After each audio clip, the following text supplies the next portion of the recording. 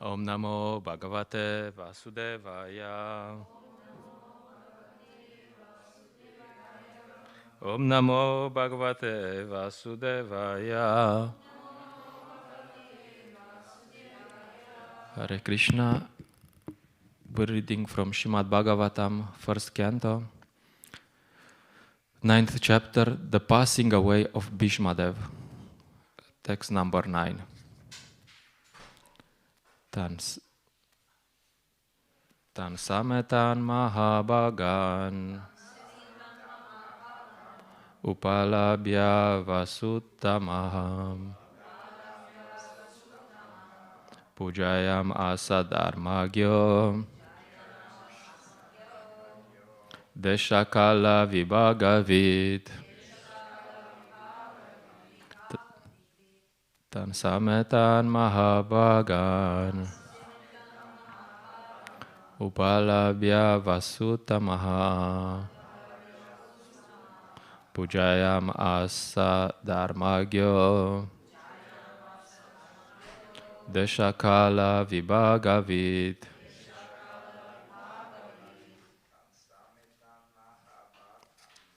Sametam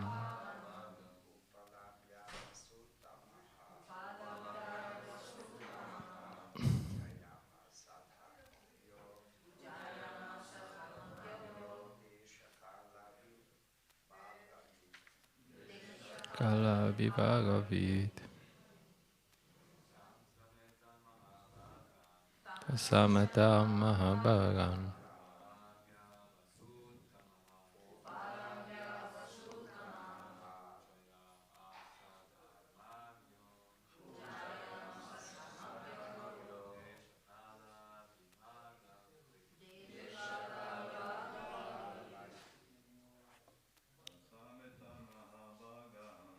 Sametan Mahabhaga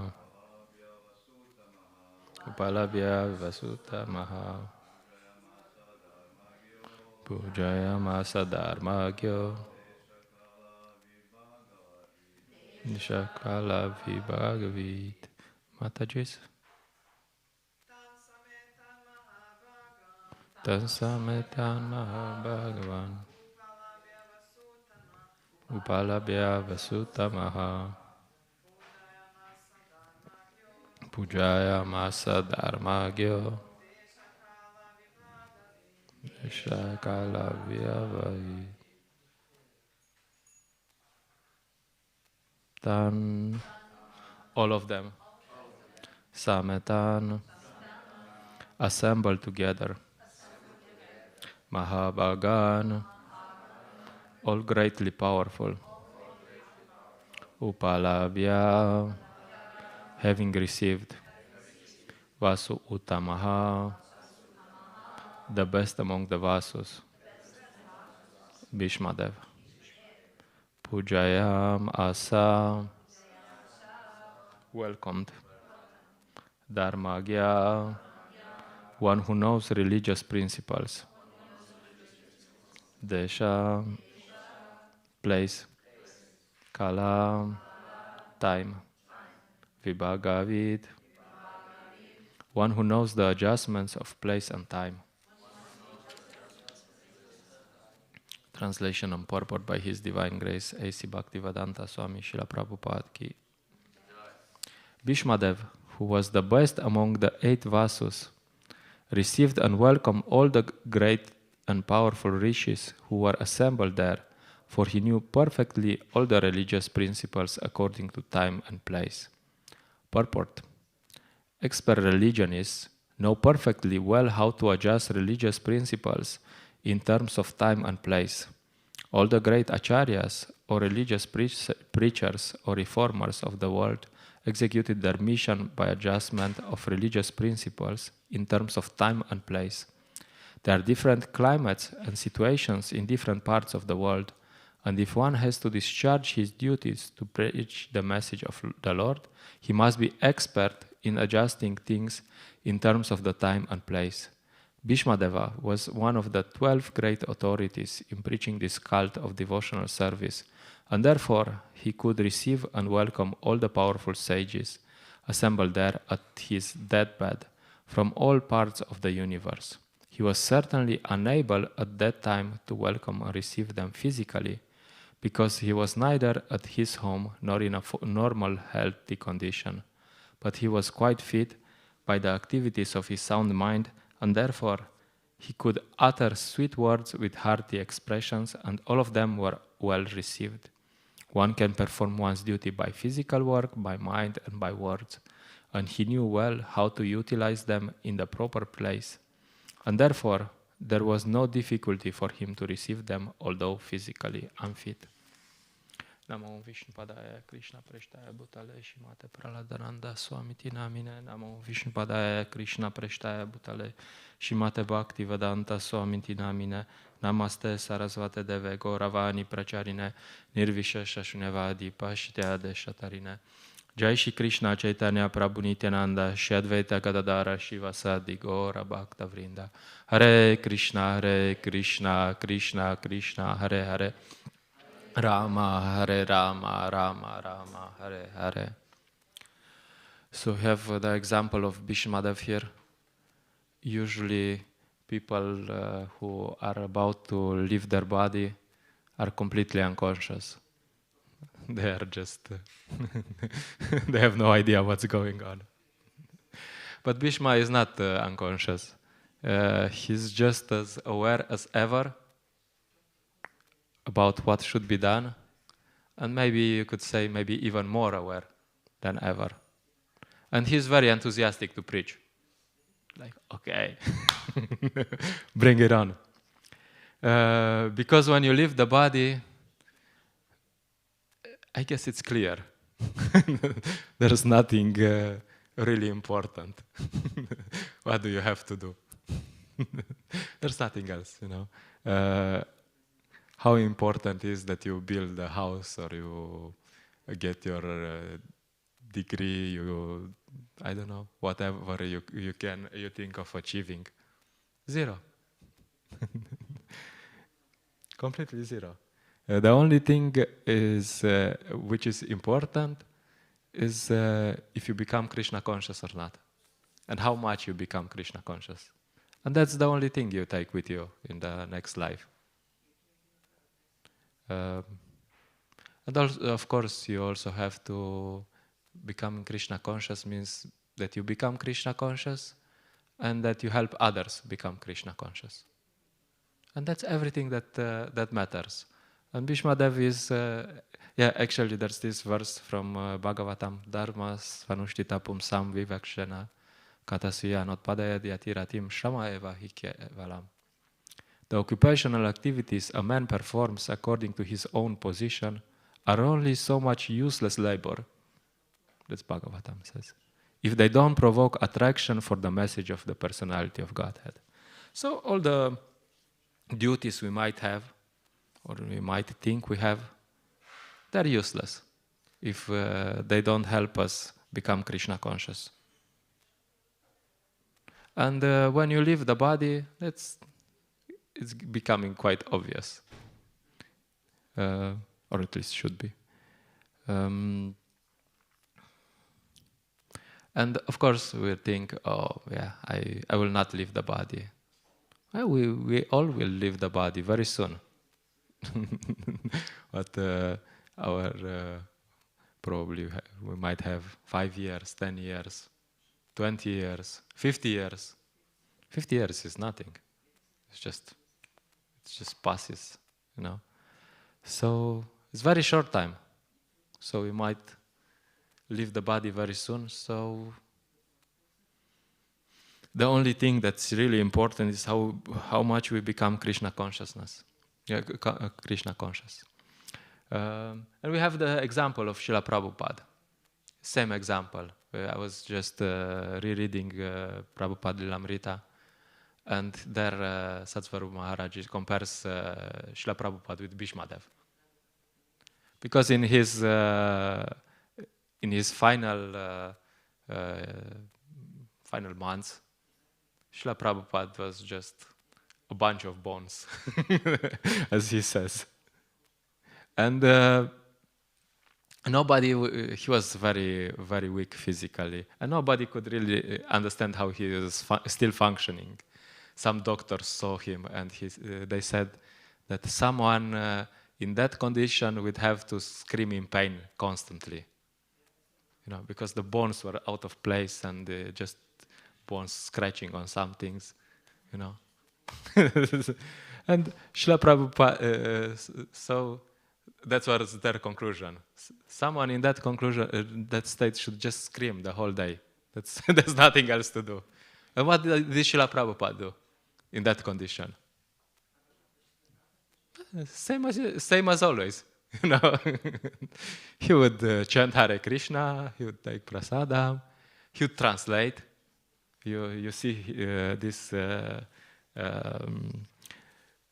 There's some recording with Srila Prabhupada translating Srimad Bhagavatam in his probably in his last month.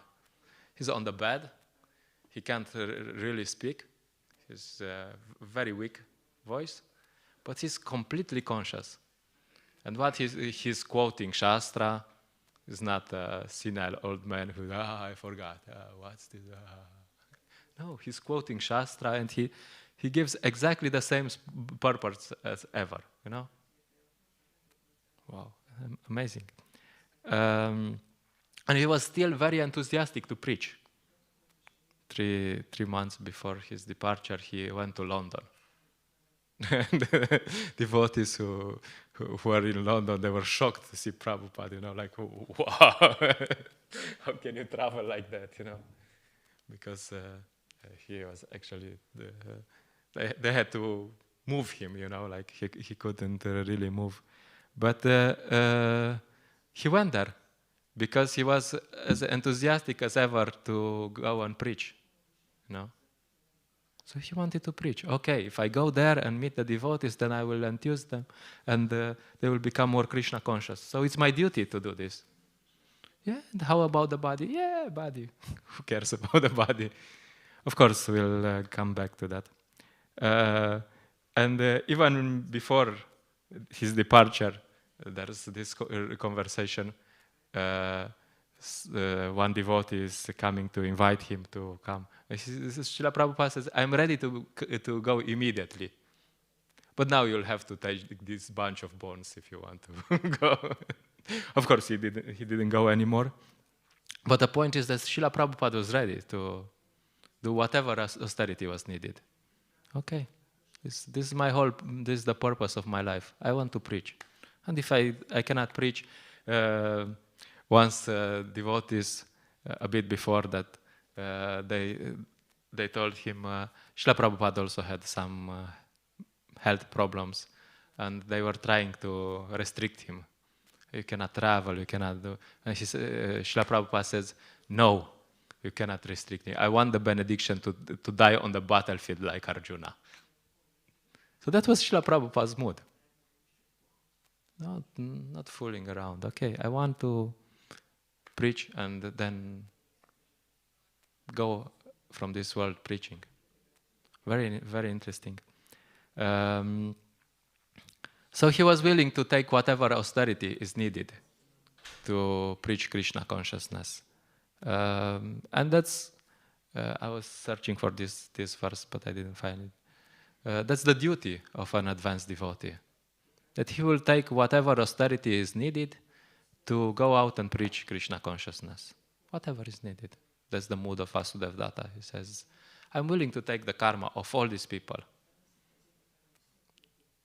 Just that they can go back to Godhead, and I will suffer all the reactions. No problem. And he was serious, no? And he's not. Of course, sometimes devotees read about Vasudeva Datta, and they are like, okay, Prabhu, I'm willing to take whatever austerity. I'm willing to take the karma of all these people. And they're like, yeah, Jai. And then his nail is hurting a bit. Oh, that's too much.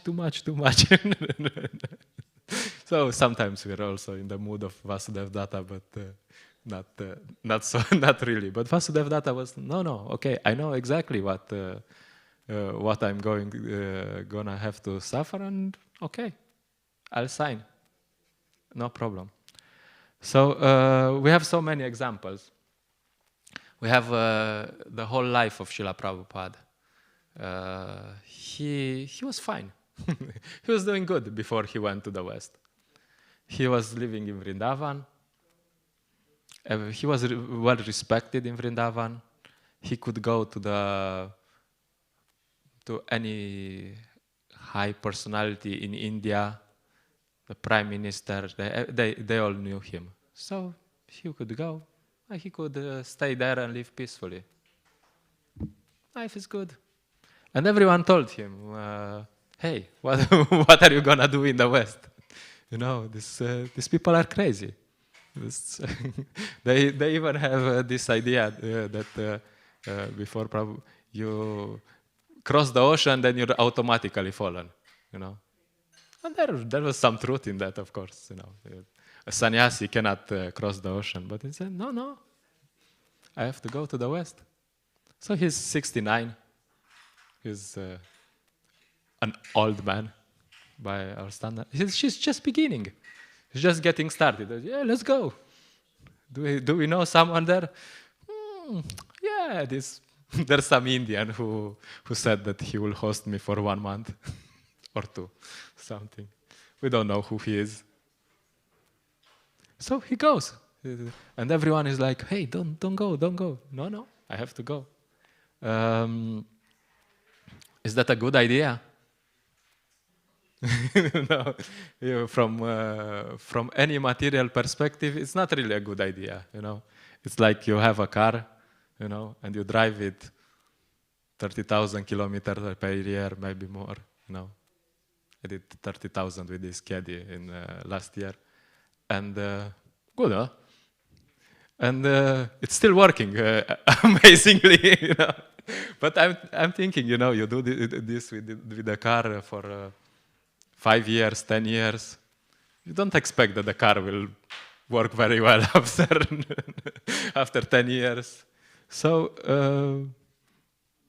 better put it in a garage, drive it on Saturday to the shopping center, get some groceries, and it's good. And then you have a car for a long time.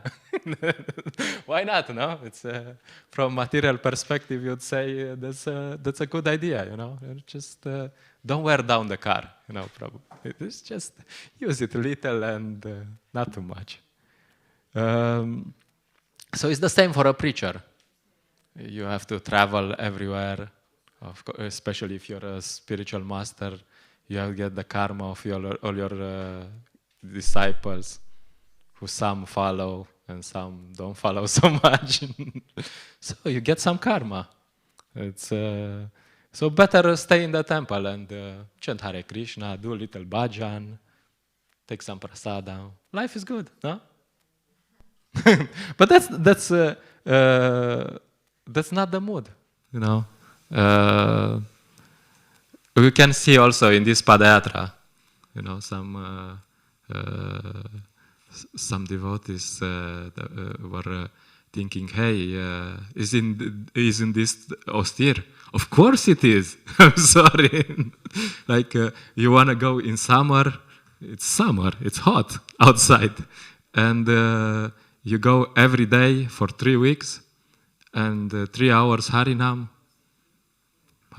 book distribution, beating this Mridanga for 3 hours. Not so easy. You have this accordion, you have to play for 3 hours, 1 hour, 2 hours. I know it's heavy. I was doing this. It's heavy, you know. Like after 1 hour of Harinam, you're inspired, but your back is also inspired. So it's a little austere. Of course, you know, you do our best. We chose the right time. In the morning, it's not so hot, and we try not to drive too much, and we try not to stay in the sun, and we have vitamins, and we have this and that, and this and that.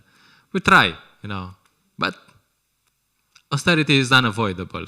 Like if you have a car, of course you oil it, you put some oil, you do some technical inspection, you put proper gas and so on, but it's gonna wear down at some point.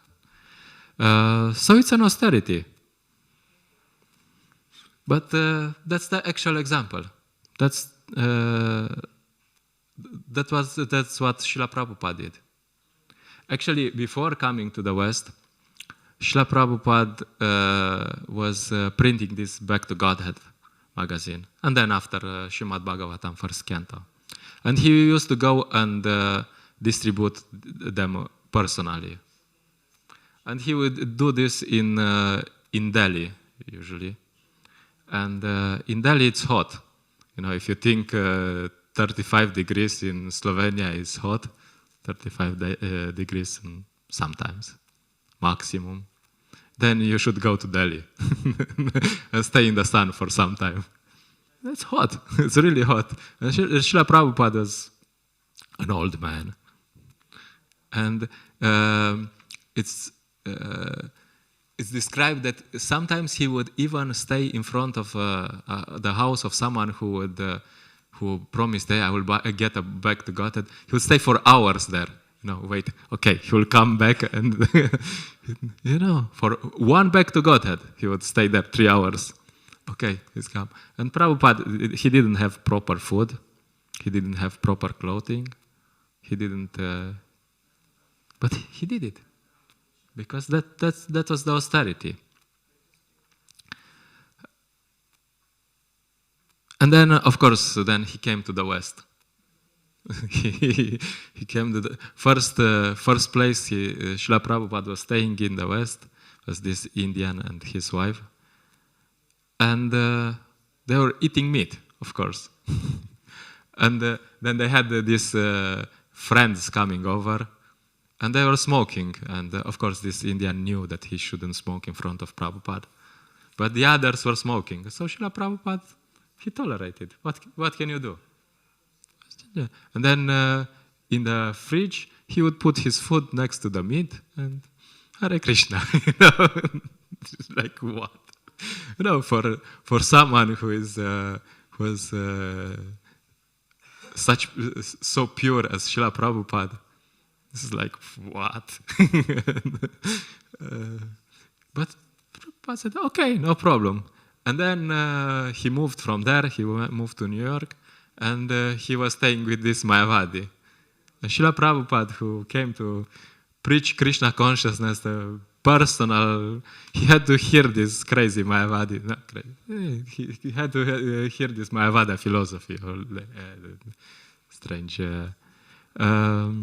Not very nice. And then finally he found the hippies. I mean, the hippies were all doing lots of drugs. Well, they were a little crazy. At some point he was living with this hippie, and he was still doing some drugs when he was living with Prabhupada. And at some point, this hippie went really crazy before he took too much drugs on that day, and before. So he went really crazy, and Prabhupada just took all his suitcases and disappeared. And then he was on the street again, And he's just calling this the other devotees by then, and they find a place and so on. So the point is that it wasn't easy. It wasn't that Srila Prabhupada, he's a pure devotee, he's coming from the spiritual world. Krishna sent him from the spiritual world and said, you just go there and write some books and I'll take care of everything. And of course, Krishna took care of everything. But he also, Krishna likes to take care of his pure devotee in such a way that we understand how tolerant we should be, how tolerant, how determined we should be to actually go back home, back to Godhead.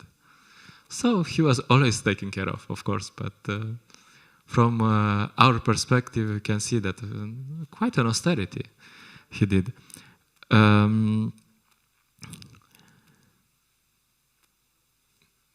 Yeah, and working with these crazy people like us. I mean, we are very proud of this modern civilization. People are very proud. We're like a civilized person. We're advancing. We're so advanced. But come on, it's a joke, you know. From Vedic perspective, what is our qualification? We as His Holiness Praladananda Maharaj says, in school you learn two things, chemistry and biology. Chemistry means how to combine different types of alcohol. And biology is how to engage as much as possible with the opposite sex. That's what you learn in school. That's the real teachings of school. So this is the civilization we are living in, and maybe some didn't get raised in this kind of family. Were lucky enough to get raised in a devotee family, but still the school is the same, the environment is the same.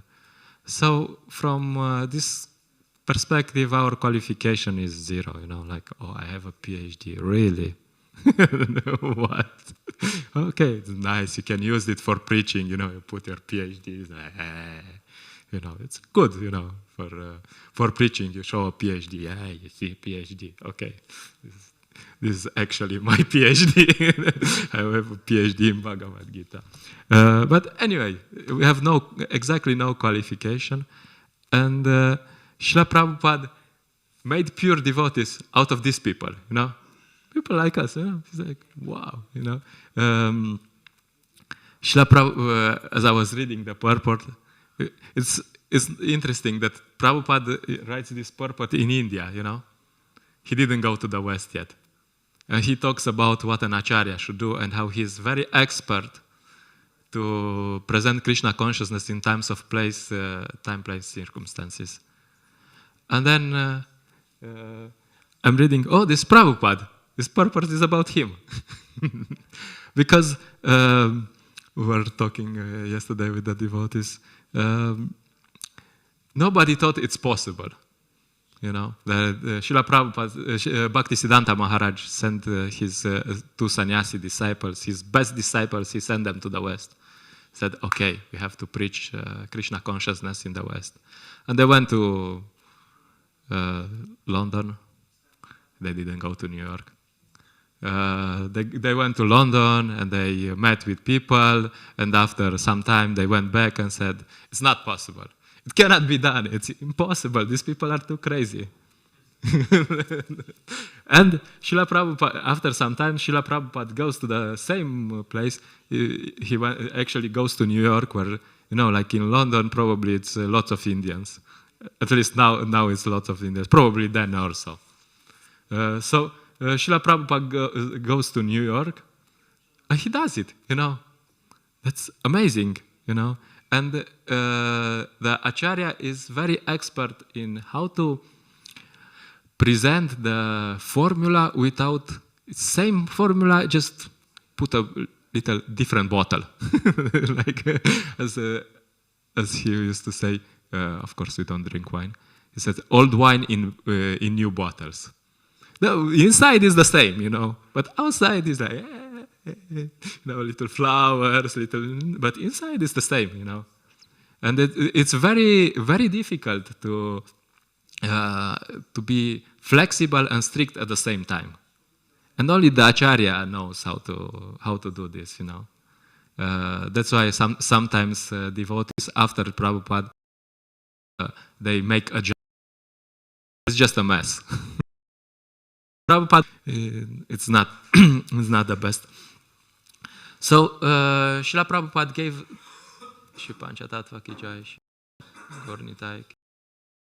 Prabhupada gave the formula: 15 rounds every day, follow 4 regulative principles, morning and evening program.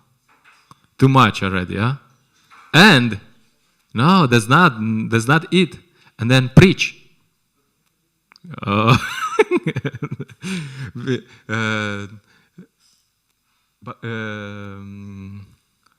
Vaisheshika Prabhu says that preaching is, Sankirtan is high-level sadhana.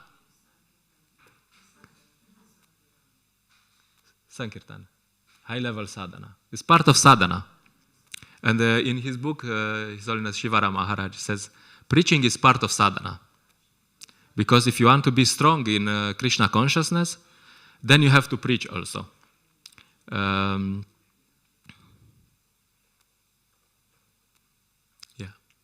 So that's why the movement expanded, and that's why they had so many devotees. In Srila Prabhupada's times,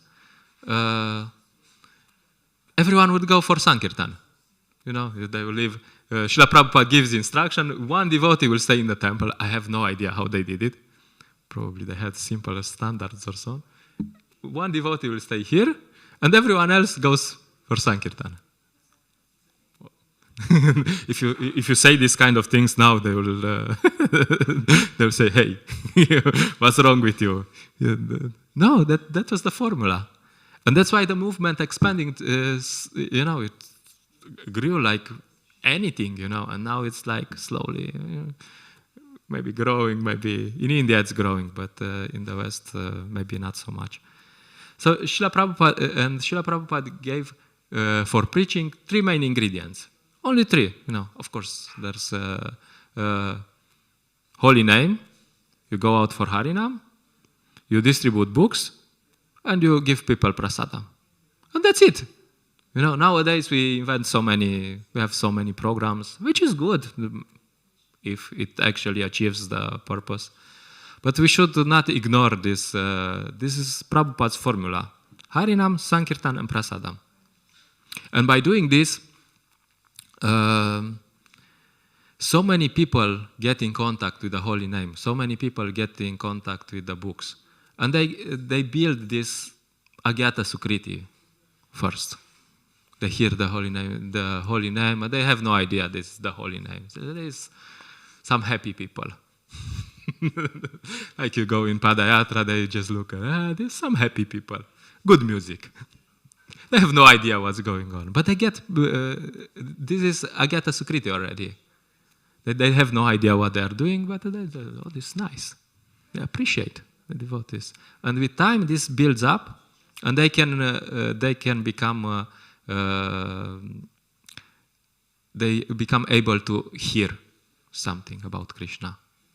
They can, many times people get the books, and they read them after 5 years or something. Because in these 5 years, they get more purified, they meet more Harinam, they meet more devotees, and after some time they're like, oh, how about reading the book? So they finally read the philosophy, and then they get this faith, and they can start to practice. So that's the formula. It's very simple. Sometimes people say, this Harinam Sankirtan doesn't work. Really? Do you have a better method? Of course, it's slower than we would like to think. When I joined the movement, I was thinking that if everyone who gets a Bhagavad Gita will become a pure devotee in the next 3 months. And I was like, I already distributed 10 Bhagavad Gitas, and where's the people in the temple? But yeah, we have to understand that this, from time immemorial, from millions of lifetimes, people were doing something other than Krishna consciousness. So, it takes some time, but this is the fastest. It's the fast method. Harinam, Sankirtan. And of course, if someone comes to the temple and asks, hey, I have some questions about what's in the books, how can I chant japa? Then that's also part of the process. You don't go just take a book. No, you also have to teach people what's in the books. But that's the formula. So we have this opportunity now, this Padayatra. We can live according to Prabhupada's formula. We have a morning program. We go out and preach. We do some services. We have evening program. That's it. Simple. We take some austerity we take some austerity to be a tool for Srila Prabhupada. So it's very nice to see that so many devotees coming forward. Okay, let's do something for Srila Prabhupada. It's hot. It's so many things you have to tolerate. There's too many devotees in the temple, so sometimes it's a bit noisy. Sometimes it's this. But yeah, there's some austerity we have to tolerate. And we have the opportunity to see what it means to be stable. For most of the devotees, the challenge is how to get to the Nishta platform. How to become stable in Krishna consciousness.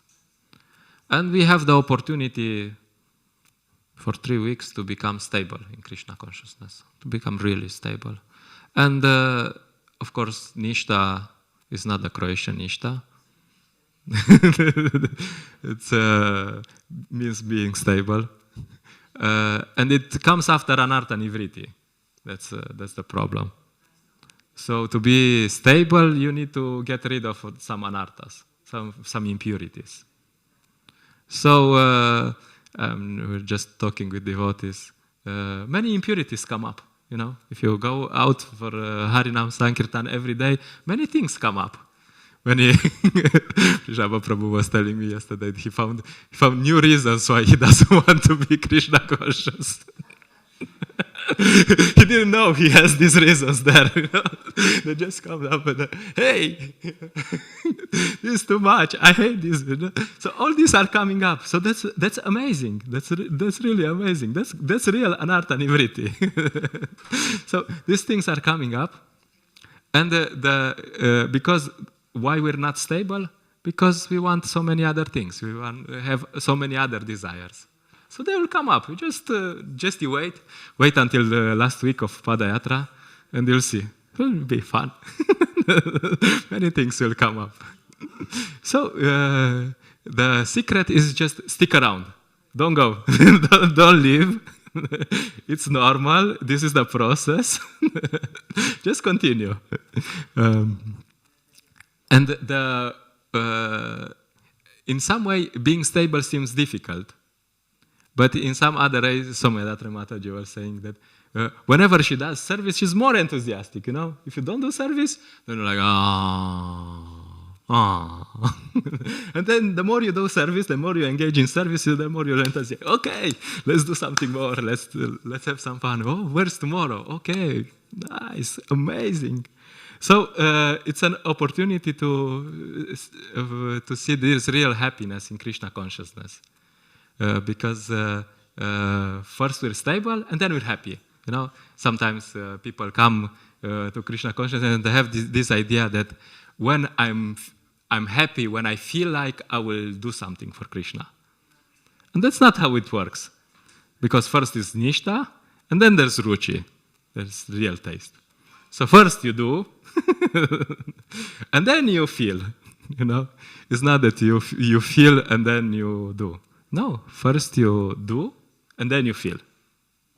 So if you continue doing, then you'll start feeling, oh, wow, this is actually really nice. Wow, you know. There's this verse in Nectar of Instruction. Says the holy name, activities, pastimes, qualities of Krishna are transcendental sweet as sugar candy. But because someone is infected with the jaundice of avidya, of ignorance, he doesn't feel like that. You chant sometimes Hare Krishna, you do some service, and you're like, nah, it feels bitter, doesn't feel nice. Someone had this feeling sometimes? Sometimes. Okay, you're in the right place. So Srila Rupa Goswami says, no problem. You just have to continue. And then you'll actually see that they're actually sweet. It's not that, it's like he gives this example of jaundice. Jaundice is some disease, I'm not an expert in medicine, that you taste sugar and it tastes bitter. But it's sugar, you know. They give you a big sugar thing, and it's bitter. You say, yeah, this is horrible. And then after some time, and the cure for jaundice is that you continue eating sugar. So it's the same. The holy name, preaching, serving, can be austere, can seem austere. And then what's the solution? You just continue. And then you see, wow, this is so nice, All of us have had this moment in Krishna consciousness, because you wouldn't be here if you wouldn't have these moments, Sometimes you're just like, yeah, I don't feel like doing it. And then you do it anyway, and then you'll feel like, wow, this is so ecstatic. Yeah, I'm here on the street. People are just ignoring me, and they are just telling me, go get a job, you rascal. And this is so ecstatic.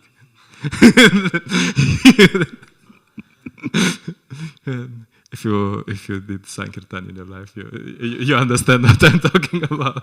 Because Krishna is reciprocating in your heart, and you're like, wow, this is so nice, it's so amazing. So this Padayatra is such a nice opportunity.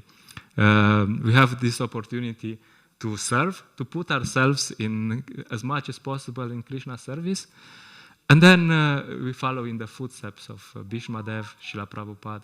And then we'll see what real Krishna consciousness is like. And they'll be like, wow, this is addictive. Okay, when you finish, if you're in this mood, when Padayatra is finished, you'll cry. You'll be like, no, I'll have to wait until next year. No, please. So we'll have to do another Padayatra in September. So yeah. So, all right. Jay, thank you. I'll stop here. If there's some questions, comments, concerns. Okay, Bhakta Fabian. The Bhakta mic is coming.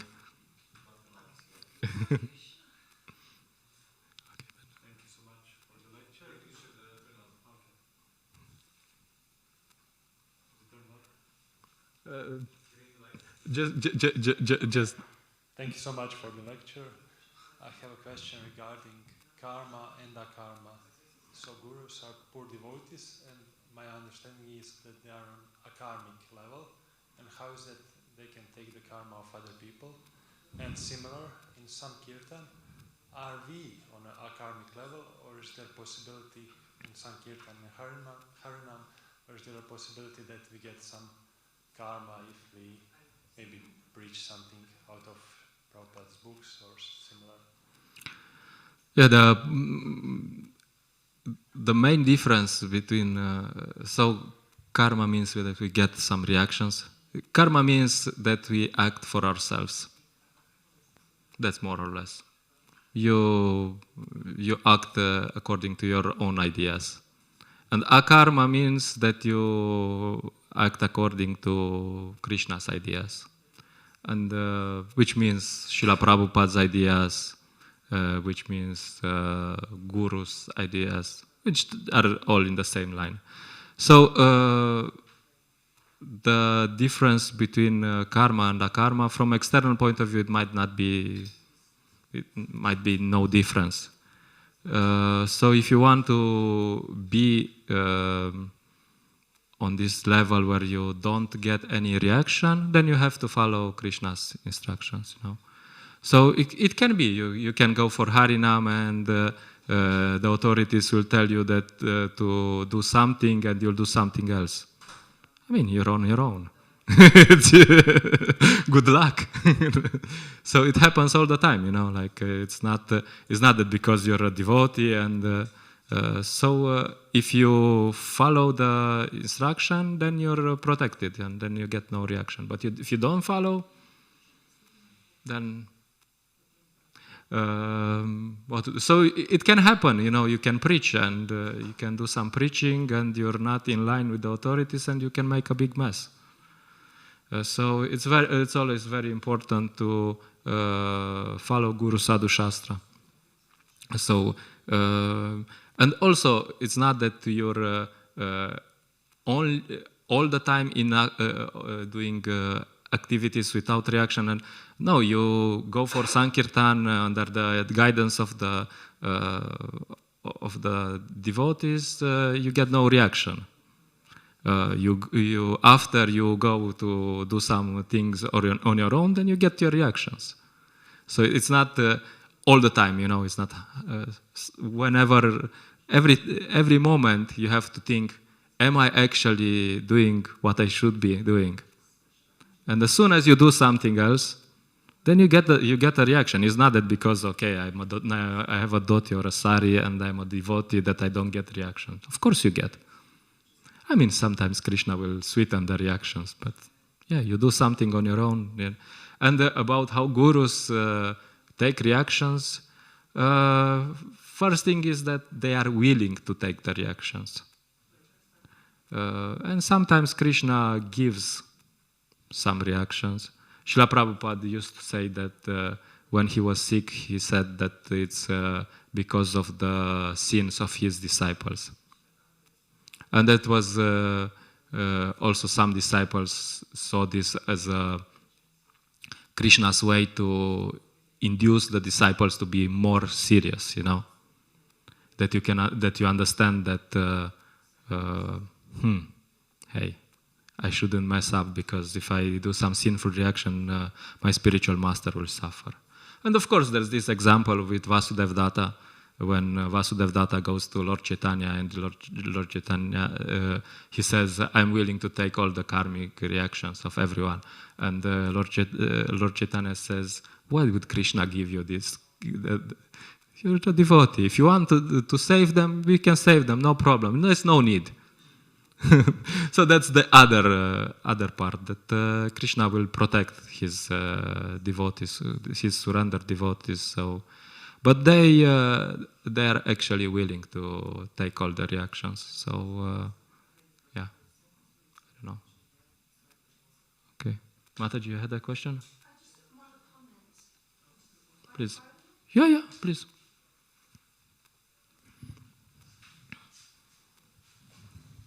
Hare Krishna. Well, first I want to say what a gracious leader you are on Padayatra. Always polite, always conscious of the devotees as well as the public. So I'm very grateful for your very enthusiastic and expert leadership. The second point, just as a follow-up comment on the action precedes the feeling. Garga Muni once said to Srila Prabhupada, I don't really want to bow down to these God brothers. I don't have any loving feelings towards them. Is it really required? And Prabhupada said, yes. Bow down first, and then the feeling of love and affection will come. Yeah, exactly. Thank you. I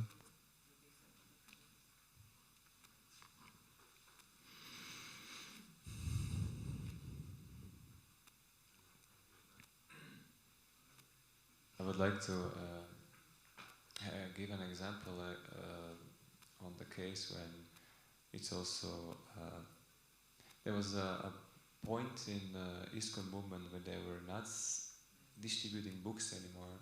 They were distributing pictures. And devotees, the sadhana, their spiritual power really dwindled rapidly, and they were like it was a chaos actually at that point, and at that point it's like it's really thinking like, is this what Prabhupada really wanted? And if persons maybe didn't follow the authority at that point, maybe it would be beneficial for them. But if the authorities are following Prabhupada's teachings, then you have no reason not to follow them. Then it's your rascalness. Yeah, usually we are more, the authorities are more qualified than we like to think they are. I saw many devotees, they think that like, he is not qualified to be my authority, he's not qualified to be my authority, he's not qualified to be my authority. And who's qualified to be your authority? Oh, my crazy mind. Oh, right. Sounds like... So sometimes, of course, your point is true, that you have to see that our authorities are in line with Guru Sadhu Shastra, with But sometimes devotees just, just they just use this and to become independent, and being independent is always a bad idea. I was actually disturbed by one sentence. You said, I hope I quoted rightly. You said that Srila Prabhupada's formula for preaching is it seems it gives slow results, right?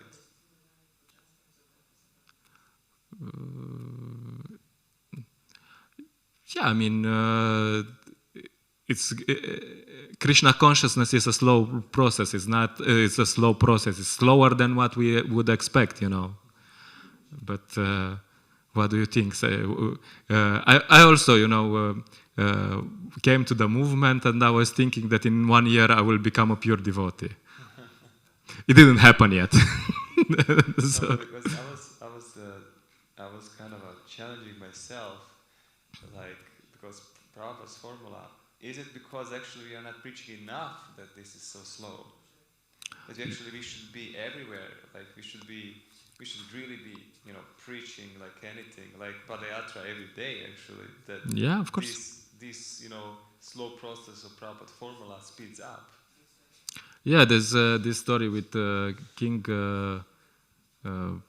Puranjana, I think. I think it's with Puranjana. This Prachina Barhishat Puranjana story. And there's this king is making yagyas one after another. And Srila Prabhupada says in the purport that the Hare Krishna movement should do the same. Whenever they finish yagya, they should start the next one, And, you finish Padayatra, you do another Padayatra, You do Slovenian Padayatra, and then you do Croatian. All the devotees move to Croatia, and then you do Croatian Padayatra. So that's the formula. And sometimes, on your point, this is slow, I mean, and we're doing so much. Really? I mean, Amazon is distributing millions of books every day. How many we're distributing? We're not on that level. You go towards the center. There's many posters everywhere. How many of them are like, "Hello, please chant Hare Krishna"? Not so many, These people, they meet one devotee once per year, maybe more, and then the rest of the time they meet non-devotees. So, I mean, of course it's slow. So, and of course your point is true, that we should do more and more and more. And after Padayatra, we should not sleep. Okay, Padayatra is finished. Maybe sleep 2 days. We'll probably need some rest. But you should, okay, what's the next project? How to do the next project? Okay, not here, where you are, wherever you are, you have to think, okay, have to be full year Krishna consciousness. No? Thank you very much. Jai. Grantara Srimad Bhagavatam ki jai, Srila Prabhupada ki jai.